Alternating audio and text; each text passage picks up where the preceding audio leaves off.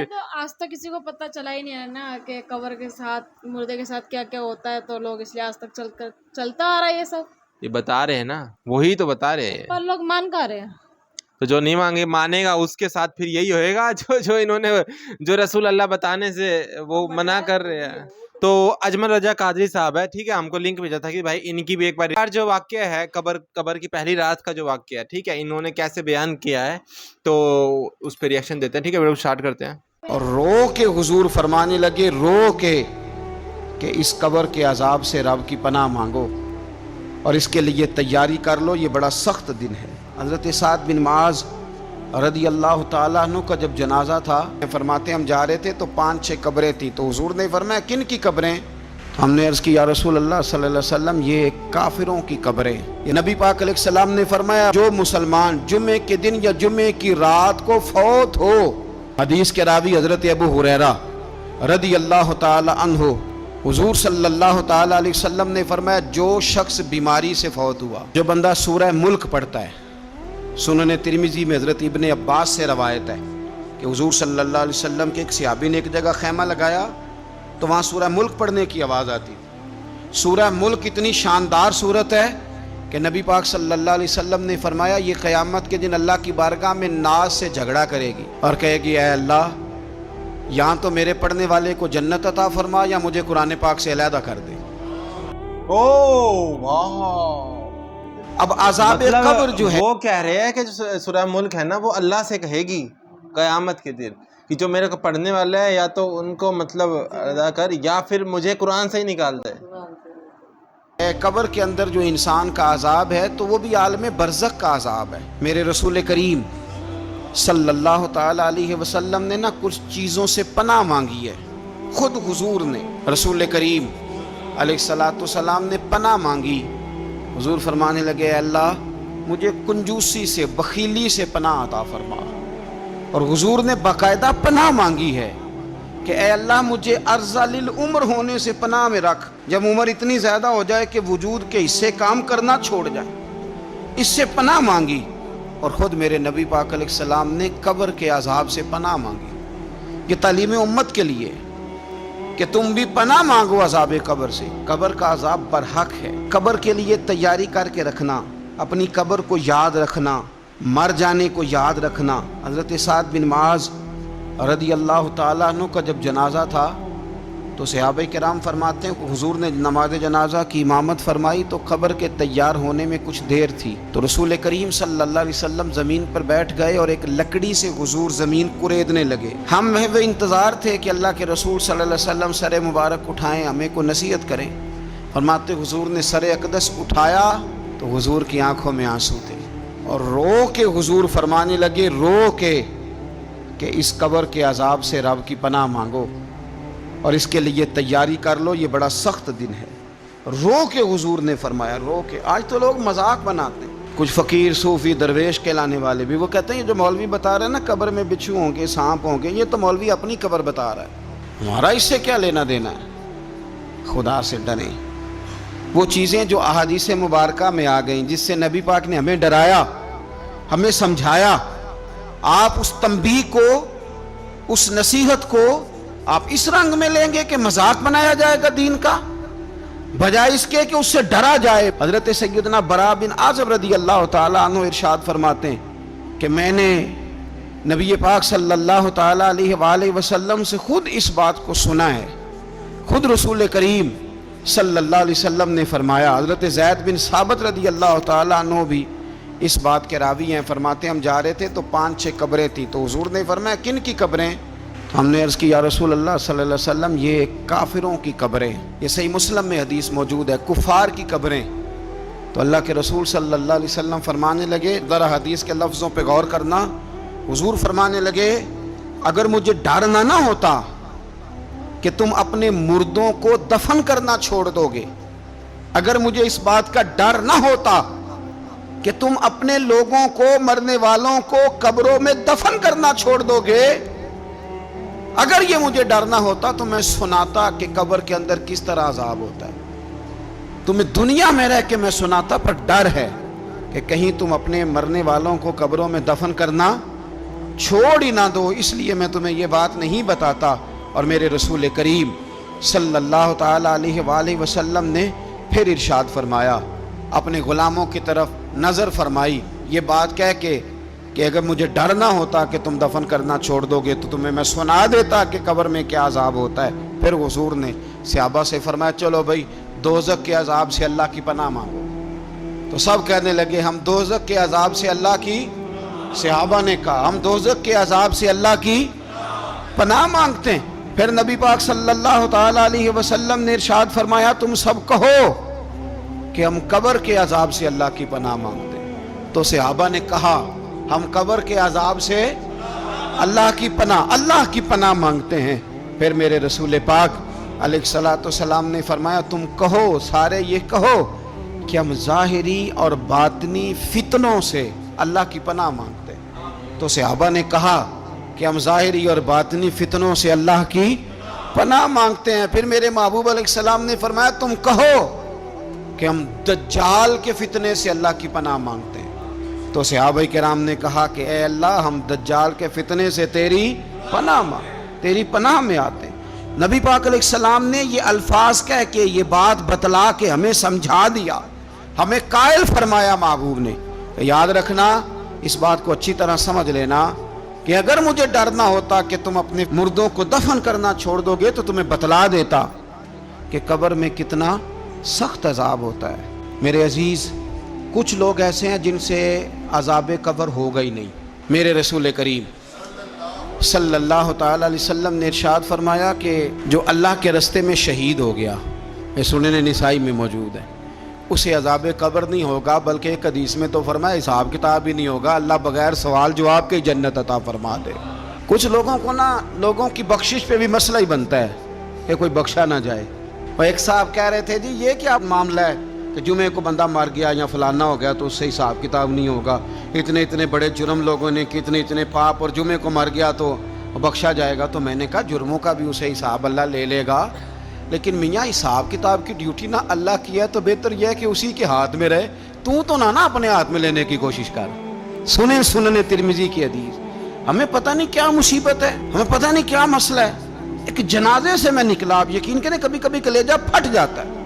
میں ایک جنازے سے نکلا تو میرے ساتھ ایک بندہ جنازہ پڑھ کے نکلا تو کہنے لگا جی پیر صاحب دیکھیں آج کتنی دنیا آئی ہے، حالانکہ یہ بندہ اس طرح کا تھا، اس طرح کا تھا، اس طرح کا تھا۔ میں نے اسے کہا یار تجھے تو فکر ہی لگ گئی ہے کہیں جنت میں چلا ہی نہ جائے، تو اس طرح کرنا جنت کے دروازے کے سامنے کھڑے ہو جانا ڈنڈا لے کے کہ میں نے نہیں جانے دینا۔ شرم آنی چاہیے ہمیں۔ اللہ فرماتے ہیں جنت اتنی چوڑی ہے جتنے زمین و آسمان، اس کی چوڑائی زمین اور آسمان کے برابر ہے، تو ہم تو اپنے علاوہ کسی کو جانے نہیں دینا چاہتے جنت میں۔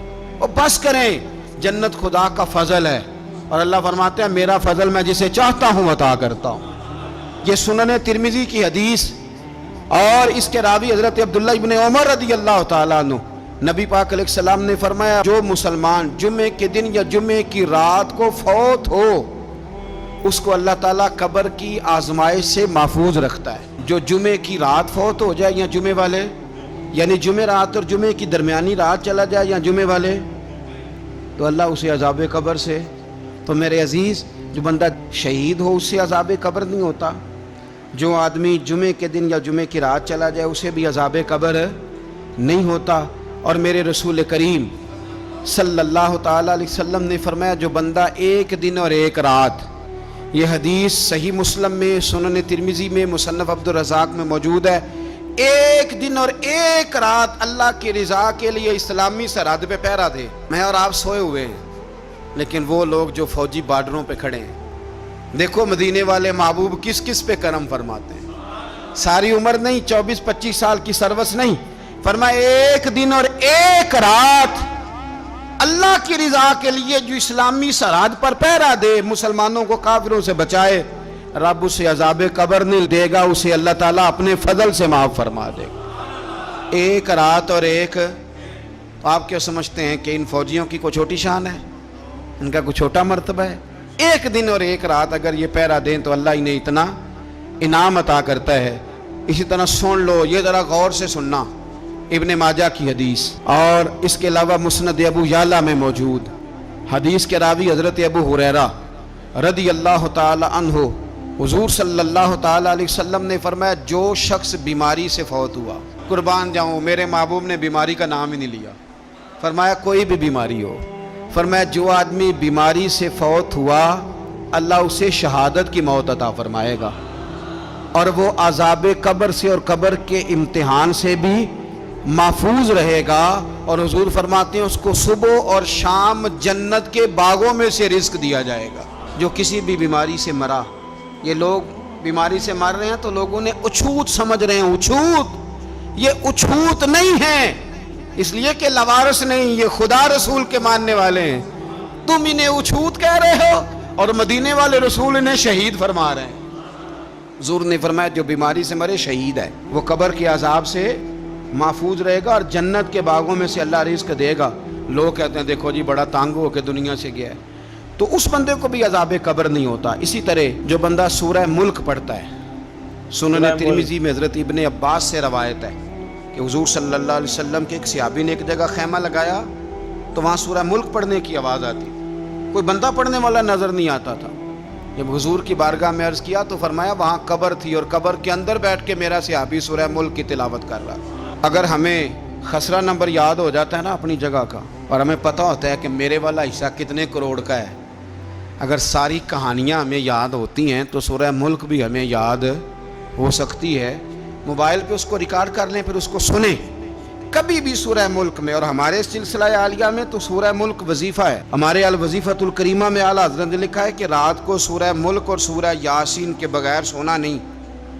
सूरह मुल्क इतनी शानदार सूरत है कि नबी पाक सल्लल्लाहु अलैहि वसल्लम ने फरमाया ये क़यामत के दिन अल्लाह की बारगाह में नाज से झगड़ा करेगी और कहेगी ऐ अल्लाह, या तो मेरे पढ़ने वाले को जन्नत अता फरमा या मुझे कुरान पाक से अलहदा कर दे।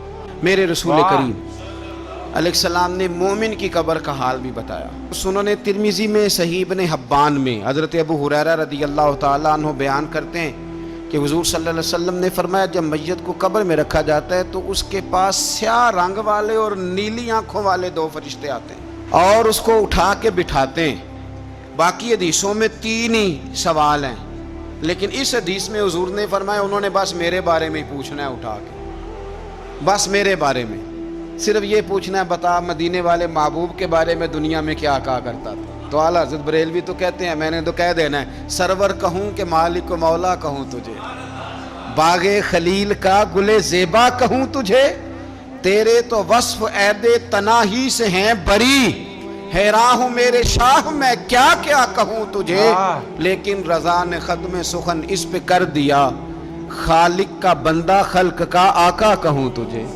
और पीर मेर अली शाह साहब कहते हैं मैंने वहाँ ये कहना है कि मुख चंद बदर शाशानी है ते मथ चमक दी लाट नौरानी है, काली जुल्फ़े ते अख मस्तानी है, मखमूर अखी हैं मद भरियाँ सुबहान अल्लाह माँ अजमला का माँ अकमला का माँ अक्सना का दे किथे मेरे अली किथे तेरी सना, मुश्ताक अखी किथे जाड़ी। तो नबी पाक अलैहिस्सलाम फरमाते हैं मेरे बारे में पूछेंगे, मेरे बारे में। वैसे भी एक सवाल लाजमी होता है ना, ये वाला सवाल लाजमी है, मन रब्बू का पूछ के ना तो जन्नत जहन्नम का फैसला नहीं, माँ दीनू का पूछ के जन्नत जहन्नम का फैसला।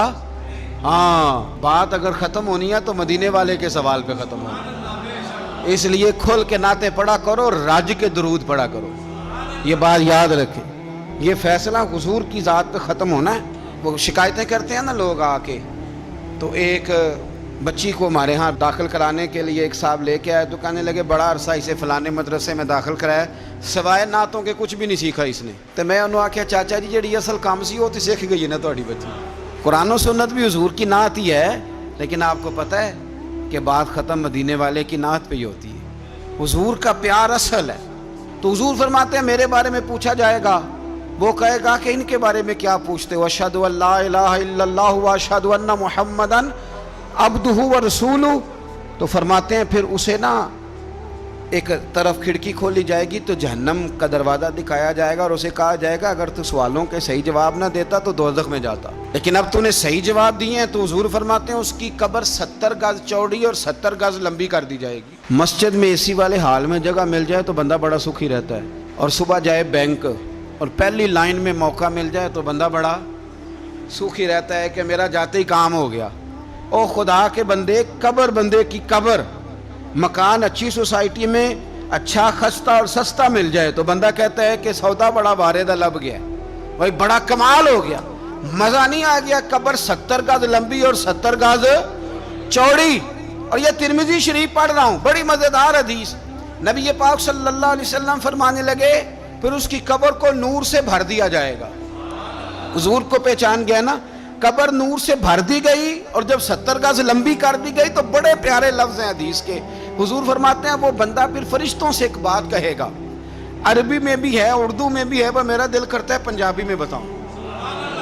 वो ना फरिश्तों से वो बंदा कहता है, जब कब्र हो गई ना 70 गज लंबी 70 गज चौड़ी और नूर से भर गई, कुर्बान जाएं। हुजूर फरमाते हैं वो मुर्दा, वो जो कब्र में पहुंचा है, जब उसकी कब्र को ये शान मिलती है तो फरिश्तों से पता क्या कहता है? कहता है मैं घर ना दस आवां जाके, ये जरा घर ना बताऊं दौड़ के, ये जरा मैं अपने घर बताऊं भाग के कि अल्लाह ने बड़ी खैर कर दी। अपनी अम्मा ने दस आवां, मैं बच्चों को बता के आऊं कि मौज बन गई है, मैं बताऊं अपनी बीवी को, बताऊं अपने बहन भाइयों को, मैं घर ना दस आवां। कुर्बान जाएं।